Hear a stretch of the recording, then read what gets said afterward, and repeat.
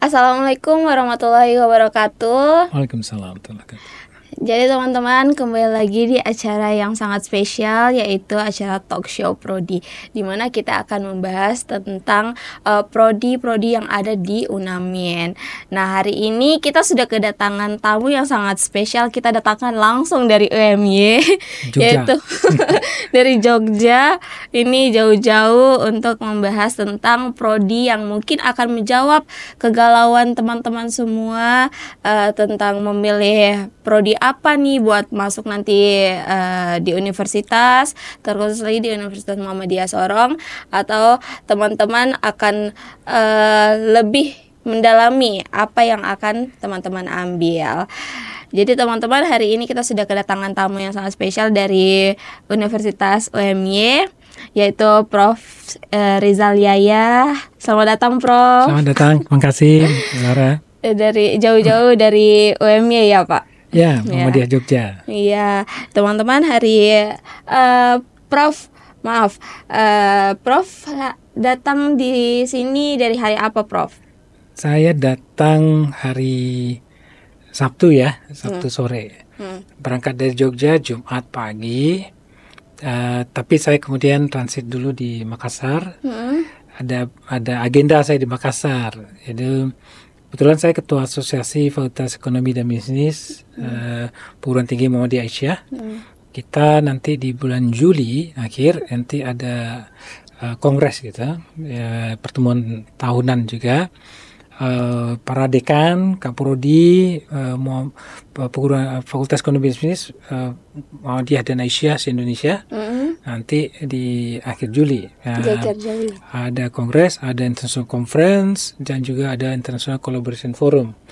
Nah, saya transit di Makassar, datang juga ke kampus Unismu Makassar untuk melihat persiapannya, ketemu dengan dekan, dengan dosen sana, dengan panitia, kaprodi juga, dan kita meninjau tempat pelaksanaan kongres, juga tempat pelaksanaan International Collaboration Forum, dan kita rapat singkat juga di sana hari Jumat sore gitu sampai malam. Nah, kemudian makanya saya transit dulu. Nah, baru kemudian hari Sabtu kemudian baru perjalanan ke Sorong naik pesawat. Jadi dijemput sama Pak Dekan hari Sabtu sore. Ya, Pak Dekan Parais ya, langsung dijemput ya. Gimana Pak pas pertama kali first impressionnya ke Sorong, Pak? Saya terkesan itu ada pas turun tangga di bandara itu ada selamat datang, terus ada foto, ada juga patung ya orang asli Papua ya. Dan kemudian juga ada foto Pulau Raja Ampat ya, bagus sekali. Dan saya juga pas waktu itu agak hujan ya hari Sabtu itu, dan cukup deras juga. Tapi Pak Dekan mengatakan ya kalau sore hujan. Iya betul. Nah, di sini tidak bisa diprediksi. Kadang hujan, kadang gitu. Betul ya. Sementara kalau di Makassar itu seminggu terakhir nggak ada hujan. Oh begitu, kering. Ini kering. Panas ya? Panas, Jogja juga begitu. Tapi bagus ini, sehingga tidak terlalu panas, adanya hujan ya. Jadi cuaca segar selalu. Ya sudah keliling ke beberapa tempat juga, ke pantai, ke tembok Berlin. Tembok Berlin. Jadi ikoniknya. Ada Jerman di sini. Ya, foto bagus sekali ya, Pantai Moi juga. Saya melihat banyak potensi di sini, pelabuhannya juga besar ya, dan jadi hub ya untuk daerah di Papua ya. Sehingga biasa kalau daerah hub itu pasti akan besar dan berkembang ekonomi ya. Dan seperti Singapura saja yang tidak punya potensi ekonomi, tidak punya potensi sumber daya alam ya, itu ekonominya besar karena dia hub. Iya betul. Nah, kalau saya melihat bagaimana Sorong bisa memposisikan diri sebagai hub gitu ya, hub tempat pertemuan orang kalau mau ke Papua itu kan lewat Sorong. Nah ini dikembangkan sehingga memang betul-betul bisa menjadi sumber untuk menggerakkan ekonomi dengan sebagai hub tempat orang mau ke Papua lewat Sorong. Raja Ampat harus lewat Sorong. Iya, orang bilang tuh Sorong ini pintunya. Betul ya. Jadi kalau mau kemana-mana harus lewat Sorong. Nah itu makanya. Jadi sebagai tempat penghubung itu punya peran strategis dan untuk pengembangannya. Dan ini juga saya melihat juga cukup banyak turis ya. Iya. Ya, walaupun tidak mudah mencapai sini, orang masih datang. Itu menunjukkan daya tariknya sangat besar. Nah, bagaimana ini bisa dikelola dengan baik oleh Pemda, bisa dimanfaatkan dengan baik oleh perguruan tinggi, UNAMIN, sehingga prospeknya cerah, insya Allah. Insya Allah. Bagaimana Pak first impression datang ke UNAMIN? Sangat senang. Saya pernah lihat videonya UNAMIN. Ya, kampus Muhammadiyah di daerah yang Muslim itu minoritas, tapi punya daya tarik bagi tidak hanya Muslim tapi non Muslim juga. Akhirnya saya bisa datang ke sini. Saya sangat bersyukur. Saya menyaksikan langsung, berinteraksi dengan mahasiswa, dengan dosen. Dan saya juga diajarkan beberapa kata. Kalau manggil mas itu sini ya pace. Ya. Kalau mbak mace. Pace. Dan mahasiswanya sangat antusias, ya, kemudian responsif. Itu yang saya optimis, anak muda dan mahasiswa yang kuliah di UNAMIN bisa menjadi pemimpin masa depan. Amin. Ya, baik untuk daerah di Papua maupun di luar juga. Di luar. Ya. Terima kasih Pak. Pak, ini kemarin kita akan membahas tentang upaya UPPS, di mana unit pengelola program studi dalam rangka persiapan reakreditasi program studi manajemen Fakultas Ekonomi. Nah, menurut pandangan Bapak tuh apa tuh upaya yang harus dipersiapkan? Ya. Saya diundang oleh Pak Dekan, Pak Rais, kami sama-sama di Asosiasi Fakultas Ekonomi dan Bisnis Muhammadiyah Indonesia atau AFEP PTMA. Pak Rais ngajak saya untuk pekan longgar untuk nanti bulan April akhir ini untuk kemudian datang ke UNAMIN untuk memberikan dosen tamu, memberikan workshop, memberikan pelatihan, melakukan review, ya lengkap lah. Saya dan saya terima, ya. Dan kebetulan 3 bulan lalu belum ada agenda saya untuk tanggal ini. Walaupun pas saya pergi ternyata banyak sekali agenda. Tapi saya sudah komit dengan Pak Dekan. Ya, yang di Jogja saya pamit. Jadi sudah buat janji. Ya, sudah janji ya. Alhamdulillah, ya, senang sekali di sini dan berbagi. Dan memang kita biasa juga ya. Kita pun di UMB juga ngundang pakar, kemudian datang ke tempat kita beberapa hari untuk melakukan hal yang sama juga. Dan sekarang saya yang diundang, jadi saya juga harus juga jangan cuma ngundang orang, tapi kalau diundang juga harus datang, jadi berbagi ilmunya. Nah, itu saya alhamdulillah kemarin kita dosen tamu ya mata kuliah akuntansi untuk topik pengukuran kinerja sektor publik ya, perkembangan dan implementasinya. Kemudian mata kuliah bank dan lembaga keuangan non bank untuk prodi manajemen. Pada saya komparasi bank konvensional dan bank syariah. 2 kuliah tamu kemarin. Nah, sehingga kemudian kita optimalkan. Nah, kemudian lanjut kemarin itu siang dengan review kurikulum prodi akuntansi, prodi manajemen kita review. Kalau tadi kita review visi misi, tujuan dan strategi prodi maupun fakultas, baik prodi akuntansi maupun manajemen. Kemudian kita lanjut dengan review rencana strategi fakultas, prodi akuntansi, prodi manajemen, semuanya kita review.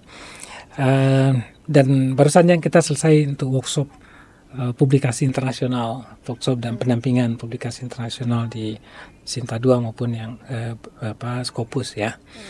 masih ada 2 acara lagi besok itu untuk tata kelola dan kemudian untuk internasionalisasi fakultas maupun prodi.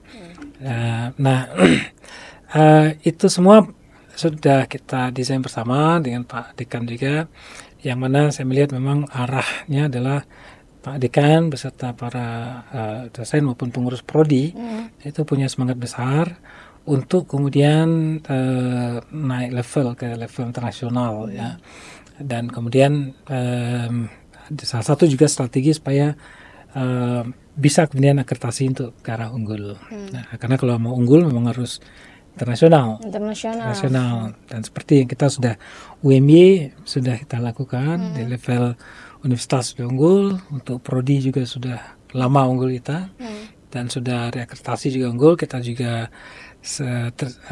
sertifikasi AUNKA dari ASEAN dan akreditasi FIBA di Jerman, dan kita member di ACSB. Ya, memang kalau di UMY memang sudah cukup lama kita internasionalisasi dan intens ya. Kita tiap tahun ini kita ngirim 80 mahasiswa untuk exchange ke luar negeri. 80. Tahun depan kita berharap bisa lebih dari 100 kita kirim mahasiswa ke luar negeri, karena kita sudah kuota cukup banyak dari mitra-mitra kita di luar negeri.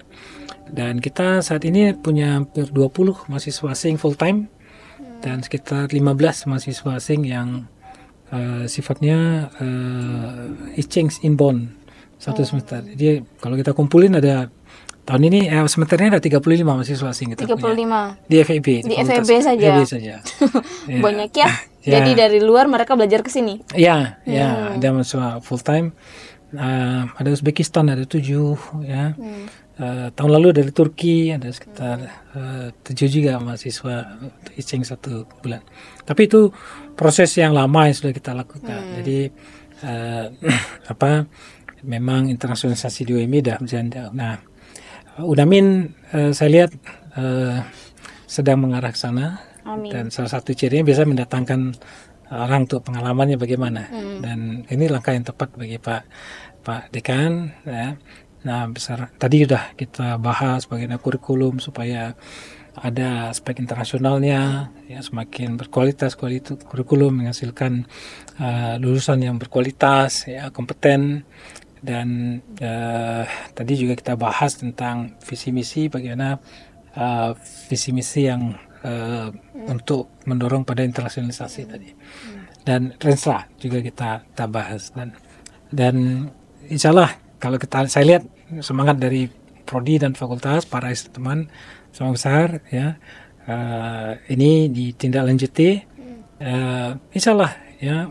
Untuk internasionalisasi berjalan, sebenarnya sudah ada beberapa hal yang internasionalisasi, tapi belum komprehensif. Padahal kalau mau unggul itu harus komprehensif aspek internasionalisasinya.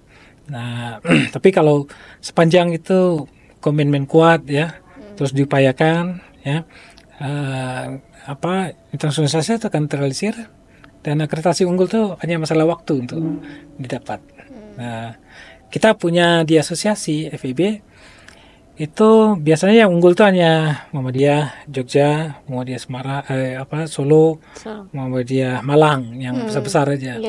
Tapi dalam 3 tahun terakhir dengan di asosiasi 4 tahun terakhir ya, asosiasi kita programkan untuk internasionalisasi, kita fasilitasi, bahkan ada MOU dengan kampus Malaysia yang kemarin itu, bahkan dual degree segala. Kita pernah di dalam Rakernas kita datangkan Dekan UT Malaya, ada benchmarking, dan itu menjadi bantuan yang bagus bagi teman-teman di kampus timur, yang kampus yang nggak biasa unggul. Kemudian mereka juga mengupgrade diri, dan banyak sudah unggul ya. Palopo yang nggak biasa unggul kemudian unggul. Kemudian kalau yang di Jawa juga ada beberapa itu, Umsida, Sidoarjo ya, sama Jember yang nggak biasa unggul kemudian unggul. Muhammadiyah Jakarta yang saya kira udah unggul ternyata baru belakangan unggul. Itu pun terbantu oleh program-program kita. Pak Dekan yang menyampaikan, jadi kami terbantu itu oleh programnya dari jadi program apa asosiasi FEB. Kita di saat setiap kita Rakernas tahunan itu kita datangkan kampus mitra luar negeri, baik untuk benchmarking, ya, seperti Dekan Institut Malaya. Yang mana kalau satu kampus mengundang mungkin tidak tertarik, mungkin dekannya datang. Oh, jadi sama-sama gitu. Karena kita dalam asosiasi kita kasih tahu ini ada 60 kampus Fakultas Ekonomi, ya, dalam Muhammadiyah Asia di Indonesia. Nanti hadir dekannya, wakil dekannya, prodinya. Jadi dia bersemangat datang.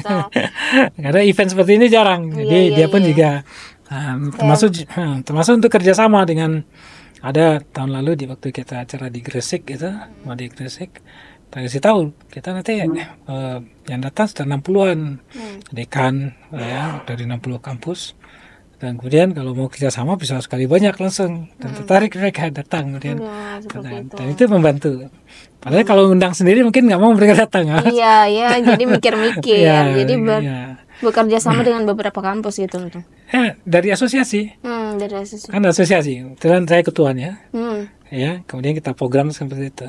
Jadi ketika kita rakernas, pertemuan tahunan, kita selipkan program itu. Tapi sekarang kita buat secara khusus namanya International Collaboration Forum. Nah itu yang nanti kalau tahun ini nanti di Muhammadiyah Makassar.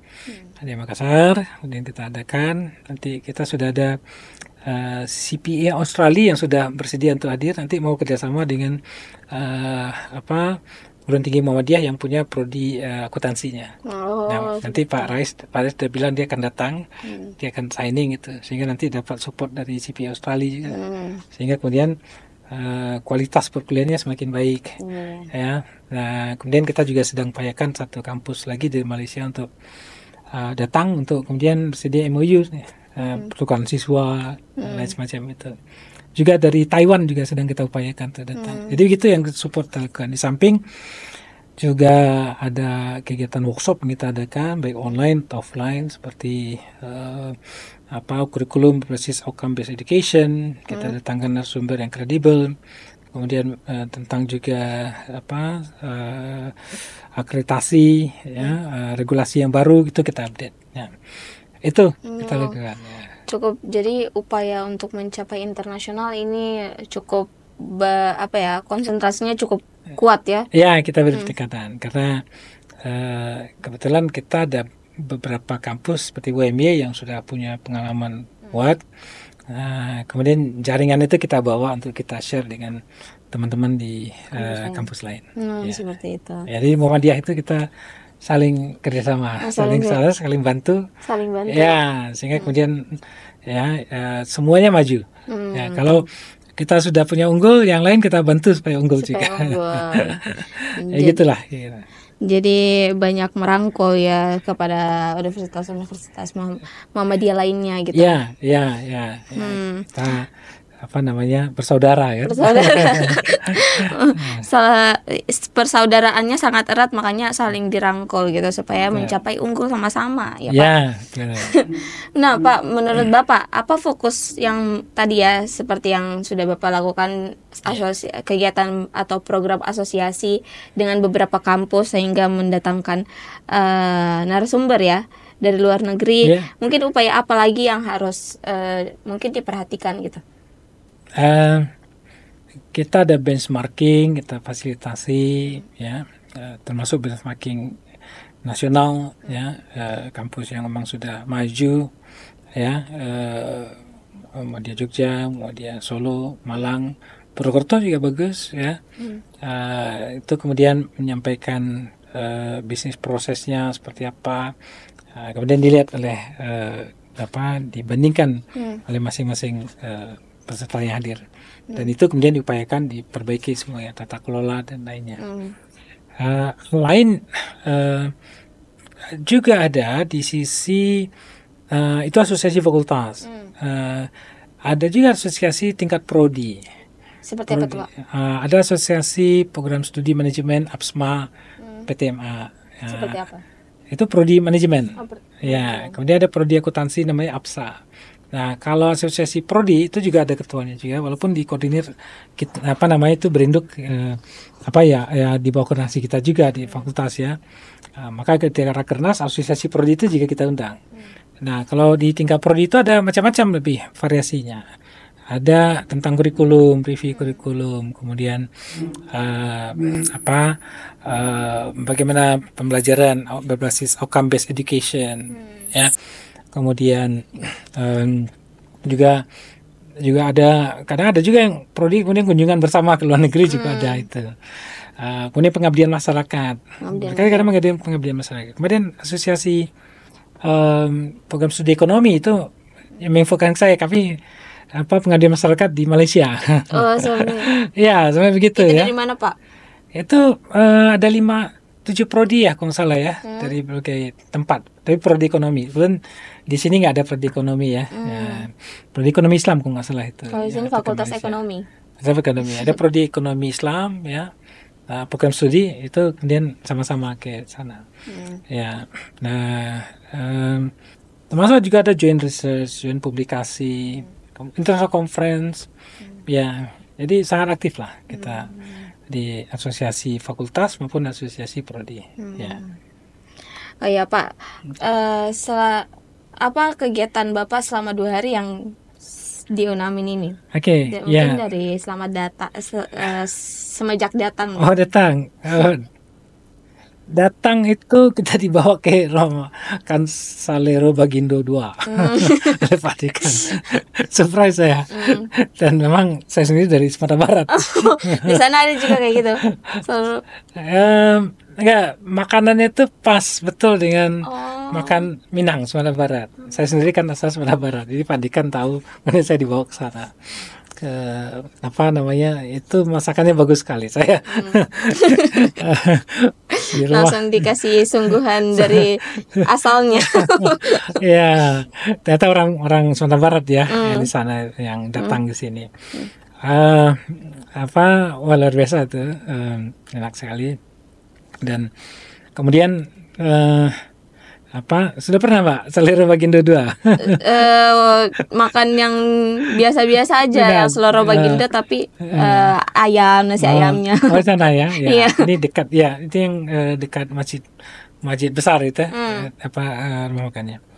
Kemudian hari Minggu pagi ya kita ke pantai, yaitu Tembok Berlin. Ya. Kemudian ke Moi ya, Moi itu pantai Moi ya. Nah, itu dan kemudian ke masjid besar kita sholat duhur di sana.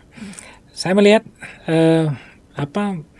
wisata pantainya sangat potensial itu, ya, dan banyak view yang bagus, menarik ya. Sehingga kemudian ini juga sebuah potensi ekonomi ya untuk mendatangkan, menarik orang. Dan kalau kemudian dikembangkan lebih lanjut mungkin bisa menjadi alternatif orang misalnya punya waktu luang, karena memang nggak bisa dibungkiri ya, daya tarik yang paling besar adalah Raja Ampat ya. Iya, betul. Tapi Raja Ampat itu kan punya keterbatasan ya, hanya memfasilitasi weekend. Iya. Weekday dia tidak bisa. Nah, mungkin bisa didesain sedemikian rupa tempat-tempat wisata yang itu juga pantai yang didesain menarik sehingga kemudian orang mau datang weekday, ya, kalau weekendnya baru kemudian ke sana. Nah, itu kan keterbatasan Raja Ampat juga, karena hanya hari Sabtu ya, atau berangkat Jumat balik hari Ahad, hari Minggu ya, tidak bisa tiap hari. Nah, itu sebenarnya peluang bagi daerah Sorong gitu ya, untuk kemudian mengembangkan wisata pantai yang itu kemudian bisa menggait pengunjung yaitu di weekday gitu. Yeah. Walaupun di weekday juga nggak bisa banyak juga, tapi itu menarik. Bahkan kadang-kadang kan kunjungan ke Raja Ampat juga hari Minggu, orang punya waktu Minggu tapi ternyata nggak bisa berangkat. Tidak bisa berangkat. Jadi singgah mungkin di sini. Nah, iya, itu kan kebanyakan sebenarnya itu view-nya. Itu menarik sebenarnya. Sama kemudian orang asli daerah ya, menurut saya banyak potensi ekonomi yang bisa dikembangkan sebenarnya dari teman-teman dari orang asli daerah sini, sehingga bisa untuk pengembangan ekonomi mereka. Ya, saya lihat masih terbatas ya sepertinya teman-teman asli daerah. asli Papua ya, seperti jual pinang, itu yang kemudian saya banyak lihat. Pertanyaan saya mungkin perlu dikembangkan ya, produk-produk misalkan ya, secara nama ada papeda ya. Iya, udah coba Pak? Saya malah belum itu, tapi saya tidak tahu itu adalah sagu ya, sagu. Iya. Saya cuma membayangkan kalau di Jogja itu kan bapia ya, dari kacang hijau. Iya. Nah, yang mana kemudian dikembangkan macam-macam. Dulu orang tahunya bapia itu adalah panggang. Nah, tapi kemudian sekarang ada kukus. Kemudian bahannya ada lagi, nggak cuma kacang hijau, coklat variasi, ya. Dan ternyata masih pakai konsep bapia, ya. Dan itu menjadi pengembangan ekonomi yang baru gitu, dan beragam macam bapia. Nah, bayang saya semacam papeda itu, itu mestinya bisa menjadi ya dikembangkan sedemikian rupa produknya, sehingga bisa menjadi oleh-oleh yang menarik. Oleh-oleh yang menarik. Ya, sehingga kemudian pola makannya bisa disesuaikan dengan orang luar, sehingga kemudian ya bisa dikemas segala macamnya. Bisa dibawa balik. Ya. Nah, bayangan saya itu mungkin perlu teknologi, perlu orang yang paham tentang chef, masak segala macamnya, bikin kue, bikin apa, diaduk seperti apa papeda, sehingga kemudian itu bisa kemudian orang bisa bawa kemudian ya beli. Nah, bayangan saya, kepala saya itu seperti di depan hotel, tempat nginap ini saya Hotel Vega ya. Nah, dibanding itu orang asli Papua jualan pinang, mungkin sangat strategis jual kayak papeda yang sudah dimodifikasi segala macamnya, kemasannya ya, sehingga orang hotel ke depan kemudian beli kan. Tapi kalau pinang kan cuma diapain gitu. Itu ininya ciri khasnya sendiri kalau pinang itu. Ya, tapi kan tidak bisa untuk kemudian konsumsi hotel, padahal tempatnya strategis kan. Iya, betul. Ya, sayang sekali kan misalnya. Sayang sekali kan. Banyak. Jadi kalau bisa mampu membuat sedemikian rupa gitu ya, divariasikan segala macam ya. Bahkan kayak di Jogja itu salak itu juga macam-macam. Ada salak kemudian bisa jadiin keripik ya. Iya, nggak kepikiran tuh. Nah, bayangin saya sagu, mungkin nggak mesti papeda, tapi sagu itu diolah beragam. Saya itu sangat bisa itu, secara teknologi, secara orang yang masak gitu, sagu dibuat apakah keripik sagu bisa. Ya, ada keripik singkong, bapia sagu, atau dodol sagu. Nah, itu kan akan jadi menarik tuh. Tapi bahannya sagu gitu. Itu bayang saya itu akan menggerakkan ekonomi orang asli Papua, baik yang menjual, memproduksi maupun yang menanam sagu. Jadi harus dikembangkan tuh sagu itu. Dan orang pasti punya daya tarik gitu. Sagu ini apa sih kemudian ya, orang bisa kemudian menikmati sagu dengan berbagai cara. Pasti ada itu. Mungkin Unamin bisa ya, mungkin selanjutnya bisa dikembangkan dari prodi manajemen atau prodi akuntansi, bisa untuk produk sendiri dari sagu ya. Betul, ya, sangat potensial sama. Nah, itu kemudian impresi saya karena sebagai dosen, sebagai orang mengerti situasi ya, banyak potensi yang bisa dikembangkan ya. Kita bisa manfaatkan kelebihan dari posisi sorong ini ya. Itu kira seperti itu ya. Terus selama kegiatan 2 hari ini Pak, yang bersama dengan Pak Dekan dan Keprodi dari manajemen dan akuntansi, itu kegiatannya apa aja Pak? Ya, kuliah tamu sudah kemarin ya. Iya betul. Kemarin saya juga ikut kuliah tamu dari Prof Yaya. Itu sangat menarik sekali teman-teman. Jadi saya tuh kayak sebenarnya banyak sekali pertanyaan yang ada dalam otak, cuma waktunya yang singkat gitu. Tapi mengikuti kuliah tamu dari prodi manajemen juga akuntansi, jadi banyak gitu yang insight yang saya dapatkan gitu. Apa yang paling menarik apa Mbak dari kemarin itu? Kemarin itu karena saya prodi akuntansi, kemarin pas pembahasan tentang bank ya. Oh, yang itu yang cara syariah dan konvensional. Kemarin kan dibahas kalau di Indonesia itu masih 7%. Iya, betul. Sedangkan kalau di luar negeri lebih tinggi gitu. Porsinya masih rendah. Ya, ada yang tinggi di Malaysia, tinggi. Ya, di Timur Tengah tinggi, ya tinggi. Sehingga ya Indonesia harus banyak lagi yang dikembangkan. Jadi itu cukup menarik juga saya kayak justru bank syariahnya yang perlu dikembangkan gitu. Nah, kemudian juga kuliah tamu ini pembahasan tentang sektor publik. Gimana perasaannya Bapak kemarin ketemu dengan ini anak-anak UNAMI dari Fakultas Ekonomi, Pak? Senang, bagus ya. Saya tanya kemudian jawab. Itu ciri-ciri anak muda yang sukses itu ya, yang memang dengan soft skill yang baik. Saya tanya ya, dan saya sudah siapkan bakpianya. Jadi bawa langsung dari sana guys. Saya dapat bakpianya rasa pandan. Ya bisa jawab atau bertanya saya kasih bakpia. Ini jadi mungkin jadi ini ya pemateri lain kalau misalnya dari Papua bawanya sagu kemasan gitu. Jadi unik ya. Jadi yang dibawa identik sama daerah yang dibawa gitu. Saya senang sekali tadi beri kesempatan diskusi dengan teman mahasiswa ya, berbagai hal, dan saya kemarin juga motivasi juga untuk ketika topiknya pengukuran kinerja sektor publik ya, dan saya tunjukkan juga hasil pengukuran Kabupaten Sorong ya, yang itu mengalami kemajuan ya, dan semoga diikuti juga oleh Kota Sorong gitu nanti, dan bagaimana menjadikan data-data pengukuran itu sebagai dasar untuk pengambilan keputusan ya. Dan memang begitu yang tadi sekarang ada pengembangan, tidak lagi data pengukuran itu sebagai pelengkap, tapi memang dasar untuk pengambilan keputusan, sehingga sistem pengukuran kinerja semakin maju berkembang.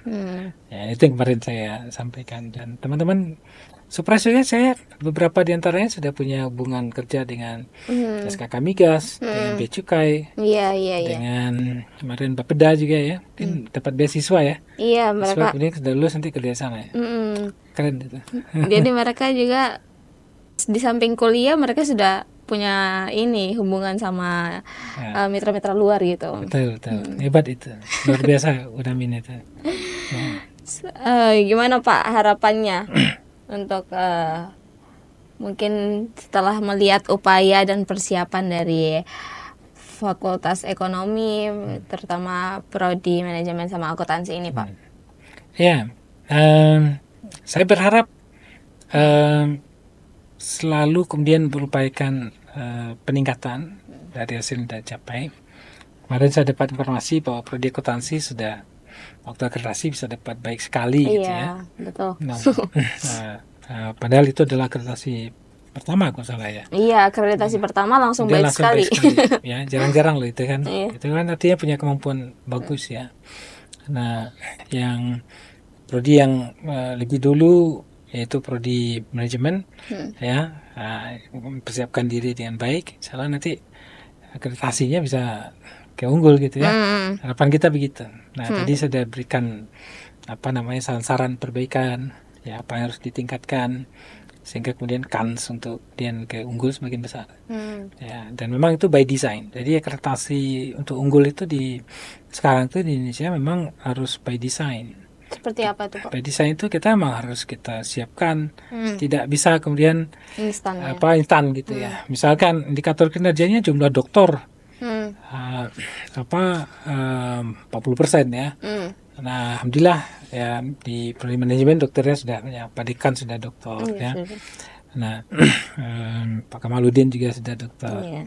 Bu Febri juga ya sudah mau dokter ya, dan Bapak sudah dokter, sehingga itu bisa capai. Itu kan tidak bisa langsung instan ya. Nah, itu sudah diselesaikan. Tapi itu aja nggak cukup. Maka kemudian ada publikasi jurnal bereputasinya ya. Kemudian juga harus ada eh, berapa hal ya, internasionalisasinya. Karena mau unggul itu ada sekitar 70-an aspek yang dinilai. 40-an itu harus ada internasionalnya. Oh, jadi 40 banyaknya 40-nya ya. Lebih dari separuh itu harus ada aspek internasional. Internasionalnya. Nah, kalau mau unggul. Nah, jadi ini yang besok kita identifikasikan apa aja nih yang masih belum ya, sehingga perlu disiapkan. Ya, makanya saya kata nggak bisa by chance kebetulan nggak bisa. Tapi memang harus by design disiapkan. Ya, diprogramkan sumber dayanya ya, sehingga kemudian ya, tadi yang baru kita rumuskan visi. Jadi visinya pun juga harus ada orientasi internasionalnya. Ya, visi, misi, tujuan strategis kalau mau unggul. Karena kan mau unggul. Iya, betul. Ya, kalau baik sekali ya cukup di sini aja. Nasional aja. Ya, kalau mau unggul harus lebih lagi. Itu. Dan dia juga bisa bercontoh bagi yang lainnya. Dan saya pikir memang kampus UNAMIN sudah saatnya berorientasi global. Makanya tadi kita sepakat nanti tagline-nya itu bisa saja tidak berarti kita meninggalkan Papua internasional, tapi justru malah Papua kita kembangkan tuh menuju global. Iya, mencari dari luar supaya kita kembangkan. Ya, termasuk juga kembangkan Papua tuh kita untuk kontribusi ke dunia juga. Iya, betul. Jadi mencari sebanyak-banyaknya dari luar untuk kita kembangkan Papua ini untuk lebih ke global ya. Iya. Jadi Papua untuk dunia. Papua untuk dunia. ya. Jadi kita bisa kembangkan itu. Misalkan ya, kita bisa di sisi riset. Iya. Kita bisa saja riset kita Papua, tapi kita lihat kita undang juga itu mitra luar negeri untuk meriset. Atau kemudian kita riset tentang pengembangan UMKM berbasis suku lokal, komparasi Papua dengan katakanlah di Malaysia itu kan juga ada suku lokalnya. Iya, suku lokalnya. Nah, itu kan udah internasional itu. Ya. Jadi kerjasama dari ya betul ya. Nah, itu bagian yang kita belajar untuk pengembangan suku lokal. Ya. Nah, itu sudah orientasi global juga gitu. Ya. Kemudian itu kan menjadi pelajaran juga bagi orang bagaimana mengembangkan di tempat lain. Nah, riset-riset seperti itu salah satunya kita kembangkan. Jadi nggak cuma ini aja, komparasi kalau luar negeri seperti apa. Nah, itu jadi luas gitu ya. Tidak berarti kita meninggalkan Papua. Ya, tapi justru kita perspektif lebih luas, sehingga kemudian kita kembangkan lagi. Ya, lagi. Dan kita juga bisa kontribusi untuk luar itu. Itu ya. Jadi berbagai dimensi yang memang wajib untuk internasional itu kita harus penuhi. Nah, nanti kan kita pembelajarannya sudah berbagai konsep outcome-based education, sudah aspek internasional. Ya, terus kemudian risetnya, pengabdiannya juga nanti harus ada pengabdian internasional. Kalau misalkan belum bisa jauh-jauh di Malaysia ya pengabdian bisa di Timur Leste kan juga internasional juga itu. Ya. Nah, semoga ya Pak. Ya betul. Nah kemudian juga mahasiswa asing kan juga bisa saja tuh Timur Leste-nya kita undang sini. Ya. Jadi ada hubungan internasional. Betul, internasional. Nah kita juga bisa milih mau mahasiswa kita ke fasilitasi apakah ke Timur Leste atau kemudian student exchange di Malaysia. Ya yang mana yang kita bisa lakukan dulu. Ya, dan itu sangat visible ya, sangat visible. Di luar negeri itu ada juga kampus mitra yang itu mau menyediakan asrama. Jadi kalau menyediakan asrama kan sudah terbantu secara pembiayaan itu. Pembiayaan tempat tinggalnya. Tempat tinggal. Nah, yang dari luar kalau ke sini kan juga ada asramanya juga. Asramanya di Rusunawa. Iya. Berarti kan sudah punya kemampuan untuk naik level. Memang saya perhatikan tadi visi misinya masih berorientasi lokal tadi saya. Nah, tadi kita diskusi bagaimana kemudian naik level gitu dan kemudian secara sumber daya menurut saya memenuhi standar minimal untuk kemudian naik level ke internasional. Jadi lokal nasional sudah tercapai, terbukti sudah baik sekali. Sekarang tahapnya ke internasional. Jadi perbaikin lagi. Ya, perbaikin lagi. Dan termasuk kita perbaiki diri kan juga. Kalau kita ada level internasional, nanti kalau ada mitra dari perusahaan-perusahaan dari luar negeri atau kemudian mau kerjasama, alumni FEB Unamin kan sudah pada level yang high level juga untuk bisa menjadi mitra. Orang di luar kalau ngajak di sini kok nggak nyambung, mereka nggak sesuai, nggak confident untuk kemudian berbisnis di sini. Tapi kalau ada pengembangan kemudian makanya kemudian bisa level, sehingga kita perlu SDM yang level internasional juga gitu. gitu ya Pak, supaya biar terlirik gitu kalau misalnya ada yang mau kerjasama, dilihat dari track recordnya itu semua sudah berkecamuk dalam internasional. Betul, sudah punya sentuhan internasional. Itu yang kemudian kita naikkan level mahasiswa. Kalaupun mahasiswa kemudian mau misalkan berkarir di perusahaan multinasional di Jakarta atau luar negeri ke sini atau juga ke luar negeri Malaysia, kita bisa fasilitasi dengan tingkat yang lebih baik.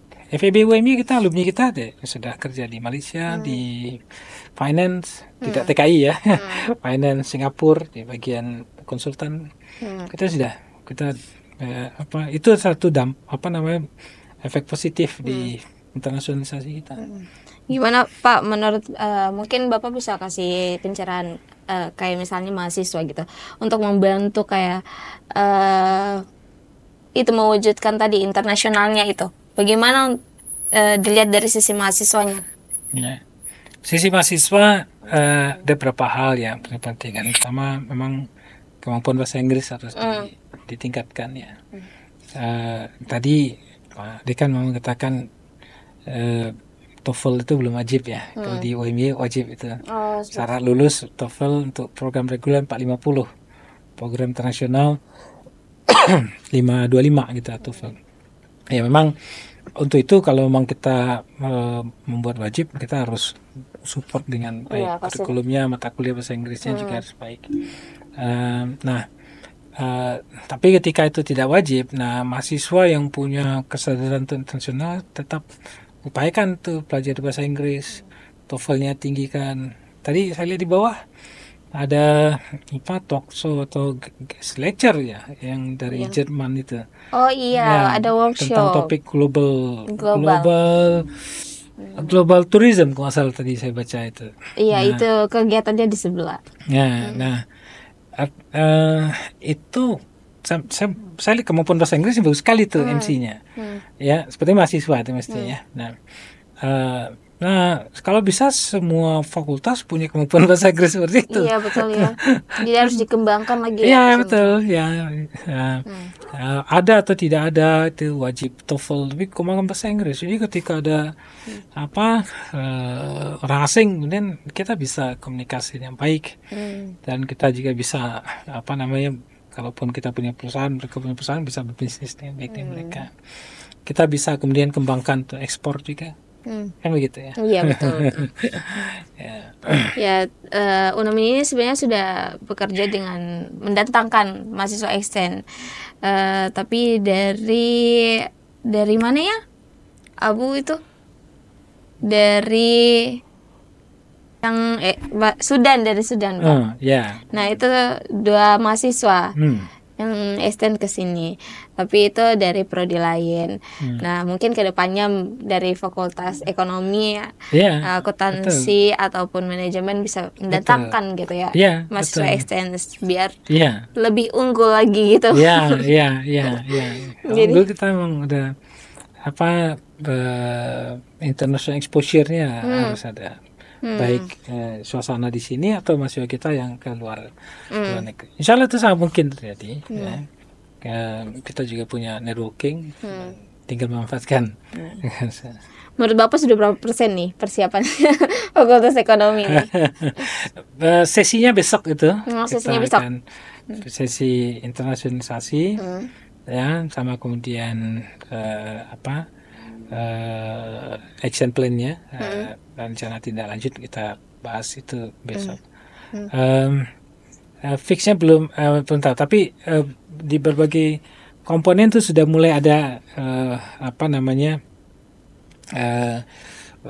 modal lah gitu ya. Pernah ngadain international conference, pernah mengadakan joint research. Nah, nanti kita lihat mana lagi yang perlu dikembangkan. Dan ini masih ada waktu untuk penyiapan karena akreditasi kan 2026 ya. Nanti masih ada waktu berapa bulan. Itu sangat mungkin belum terlalu terlambat kalaupun ada yang ini.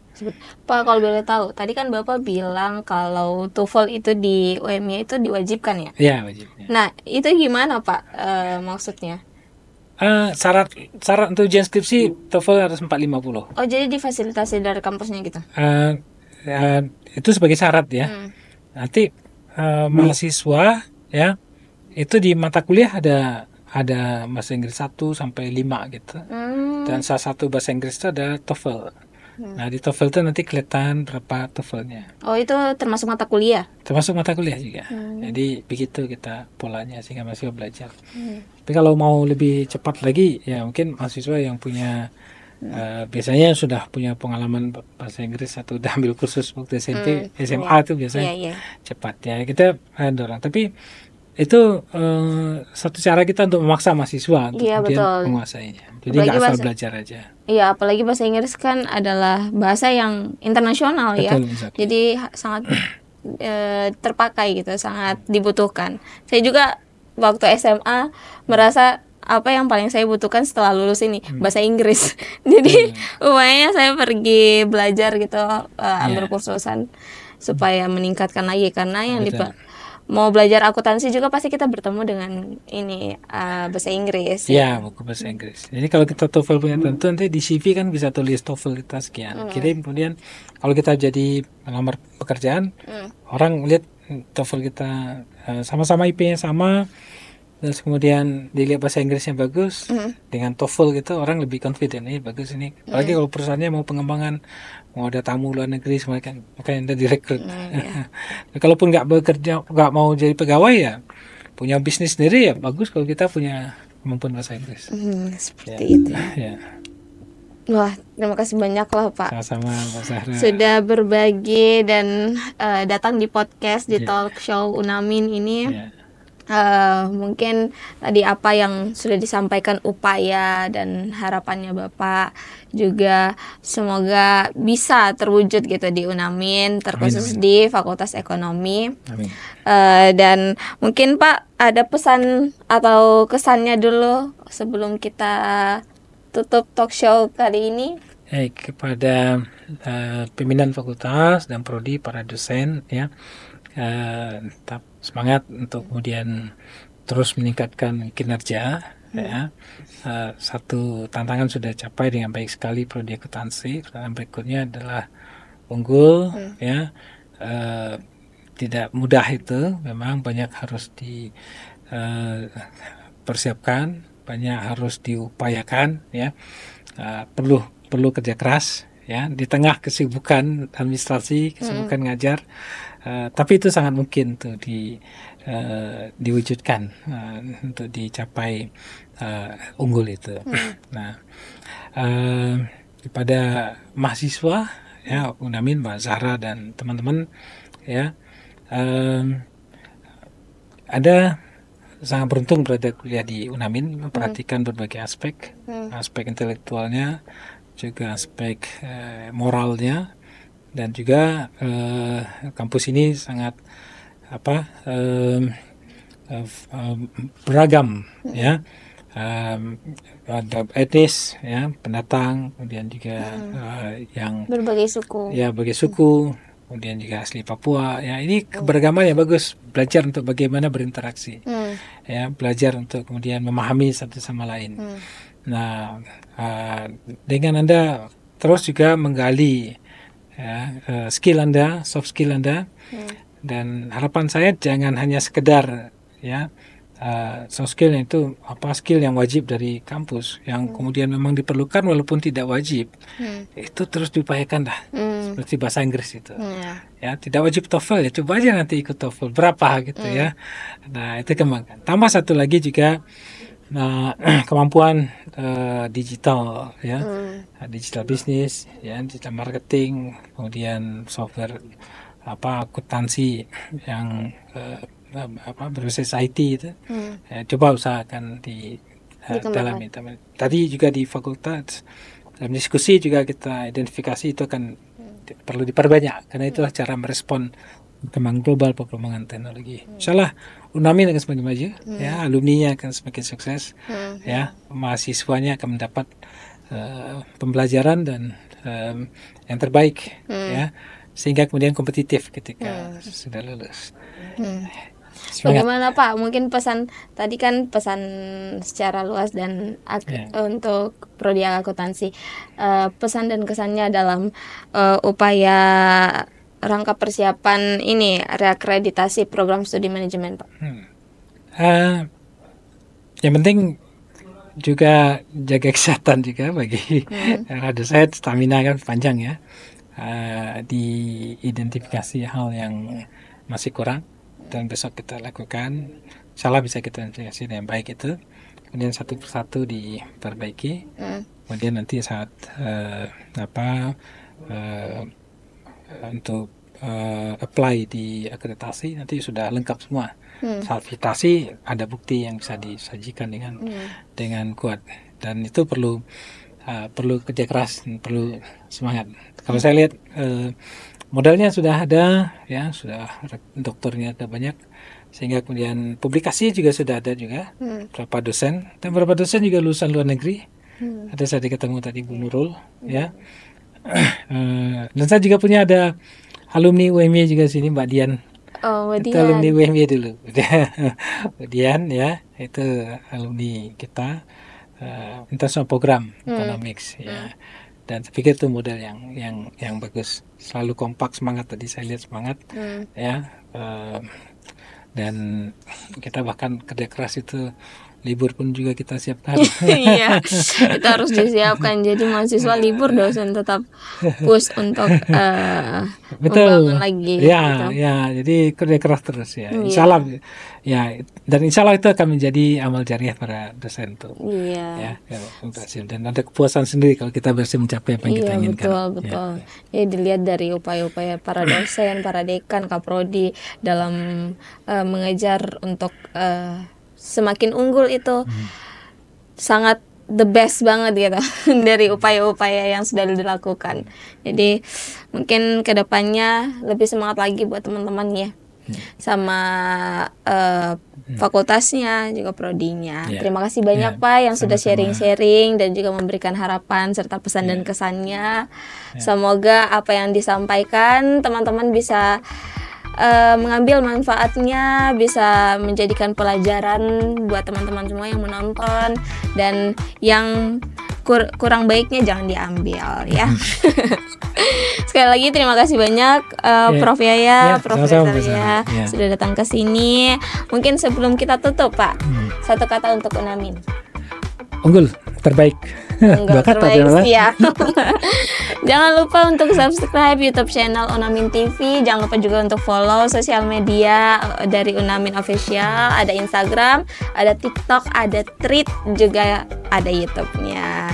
Terima kasih teman-teman sudah menonton. Assalamualaikum warahmatullahi wabarakatuh. Waalaikumsalam warahmatullahi wabarakatuh. Cek.